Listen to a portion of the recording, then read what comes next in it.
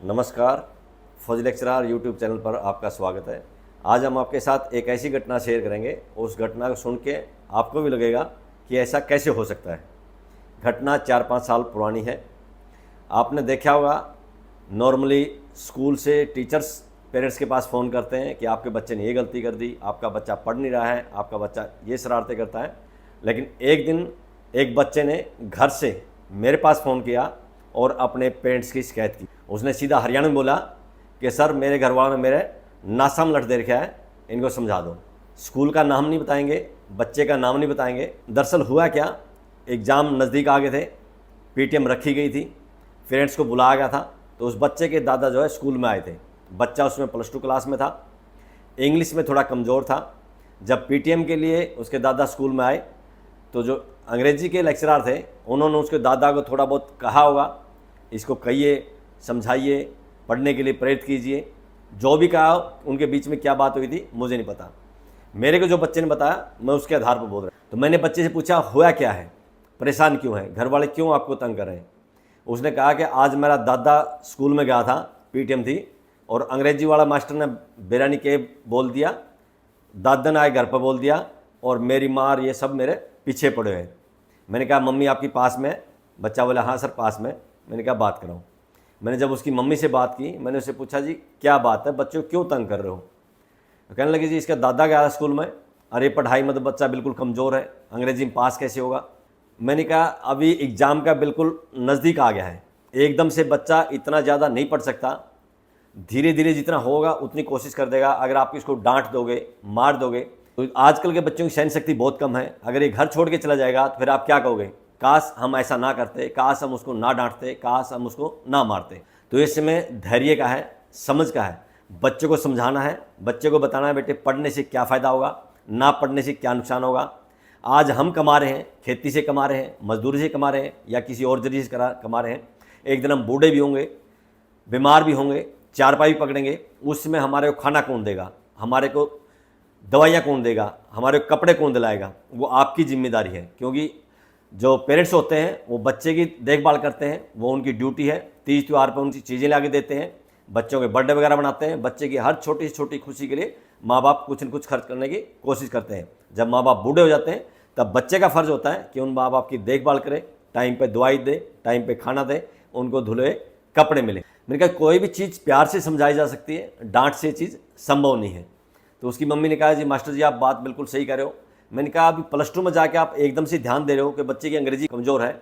आजकल तो पहली क्लास से अंग्रेजी सिखा रहे हैं। अगर हर क्लास में आपने ध्यान दिया होता, या टीचर ने आपको बताया होता, या आप कभी स्कूल में गए होते, तो हो सकता है बच्चा इससे अच्छा कर जाता।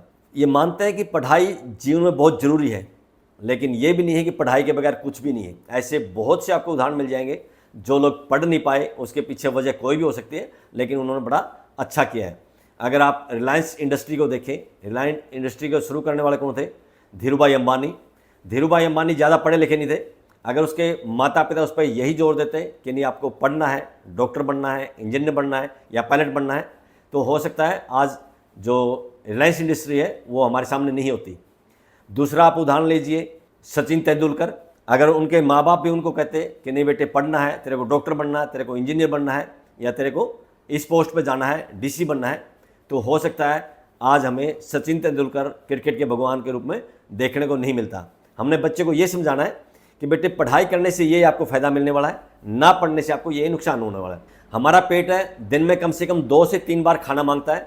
खाना कहाँ से आएगा, रसोई से। रसोई कैसे चलेगी, पैसे से। पैसा कहाँ से आएगा। जब ये बच्चे को ये बात समझ में आएगी तो उसको यही समझाना है कि बेटे कमा के खाना है, कैसे खाओ, पढ़ाई से करो या बिना पढ़ाई से। अब ये आपने देखना है कि पढ़ाई करने से आप क्या क्या काम कर सकते हैं, और ना पढ़ने से आपकी आमदनी का जरिया क्या क्या हो सकता है। अगर आप पढ़ोगे तो आप कोई ऐसा काम कर सकते हो, ऐसा जॉब कर सकते हो जो छाया में रहोगे, पंखे के नीचे रहोगे, एसी के अंदर बैठ सकते हो और अच्छा पैसा कमा सकते हो। अगर आप पढ़ाई नहीं करोगे तो आपको हो सकता है मजदूरी करनी पड़ जाए, या ऐसे काम करने पड़ जाए जो खुले में करने हो, धूप में करने हो। तो फैसला आपने लेना है। तो हमने बच्चों को मारना नहीं है, डांटना नहीं है, समझाना है, बच्चे को साइकोलॉजी को समझना है, और उसको बच्चे को मोटिवेशन देना है ताकि वो अच्छा कर जाए। लेकिन फिर भी अगर बच्चा असफल हो जाता है, फेल हो जाता है, तो बच्चे को डांटे नहीं, बल्कि उसमें बच्चे का साथ दें। आपने देखा होगा कोटा में हर साल कोई न कोई घटना सुनने को मिल जाती है। अगर माँ बाप बच्चे का साथ दे शायद बच्चा ऐसा कदम नहीं उठाएगा। तो माँ बाप ने बच्चे को हमेशा ही बोलना है, बेटे कुछ भी हो जाए, कैसी भी बड़ी समस्या आ जाए, कितनी बड़ी असफलता हो जाए, कोई भी गलत कदम नहीं उठाना है, कुछ भी गलत नहीं सोचना है, हम आपके साथ हैं। इस वीडियो को देखकर अगर आपकी भी कोई समस्या आपको याद आती है, आप कमेंट सेक्शन में लिख सकते हैं। अगर बच्चा पढ़ाई नहीं करता तो किसी दूसरे काम पे आप लगा सकते हैं, ऐसा काम जिसमें बच्चे का इंटरेस्ट हो, बच्चा करना चाहता हो।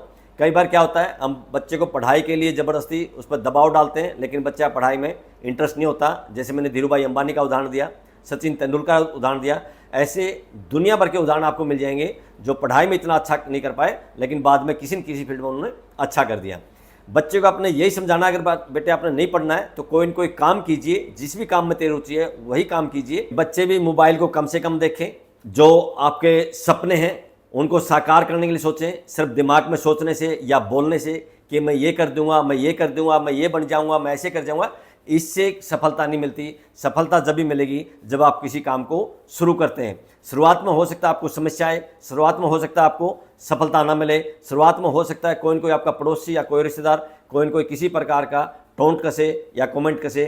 किसी भी चीज़ को इतना सीरियस नहीं लेना है और आगे बढ़ते जाना है। आपने बस ये टारगेट रखना है कि मेरे जीवन में बनना क्या है और उस बनने के लिए करना क्या है। मेहनत करते जाइए, आगे बढ़ते जाइए, सफलता आपको मिलती जाएगी। यही जीवन का सार है।